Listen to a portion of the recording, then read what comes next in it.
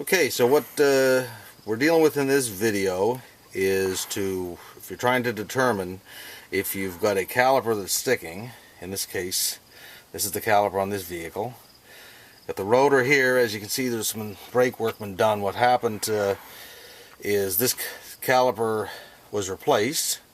It was cooked before because it was sticking and causing the rotor and the whole driver's side wheel to overheat.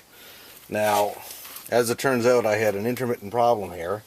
I would go to have a look at it, and things would spin sometimes, other times. What turned out in the case before when I replaced this, the caliper that was replaced before, the original, was sticking.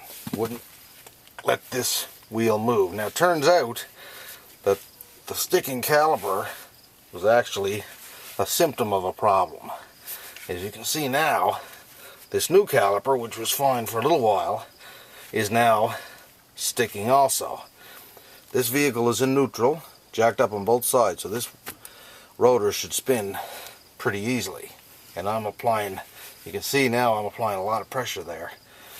So what you want to do if you want to find out if the problem is in the caliper here or somewhere back of that with the brake lines, you can see the brake line here coming down into the caliper. And what I've got is just a bottle with some brake fluid in it. And you don't really need this, but it'll keep air from going back into the system. So what you do, I'll get my assistant to move over here a little bit. Maybe, hopefully we can see where the wrench goes onto the bleeder valve here. So this is the bleeder valve on the caliper. I'm going to release the pressure and turn this around.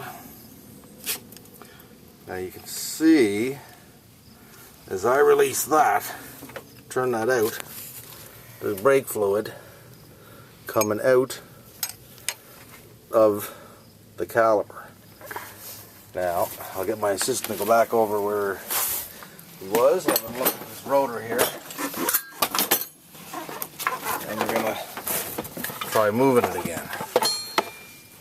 So now, you can see that this is turning a lot easier than it was a second ago. It might be a little sticky because of the fact that this caliper was heating up.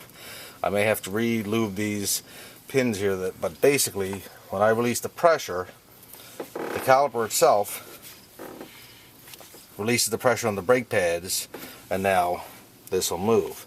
So what that's telling me is that I probably have a bad brake line here. The hose runs up here, this flex hose here, and then goes into the hard steel brake line up here.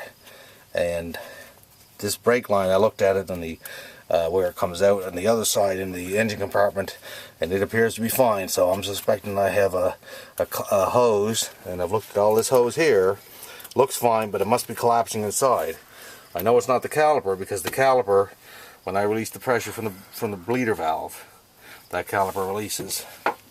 And as you can see now, we can move it. I couldn't move that before with both hands.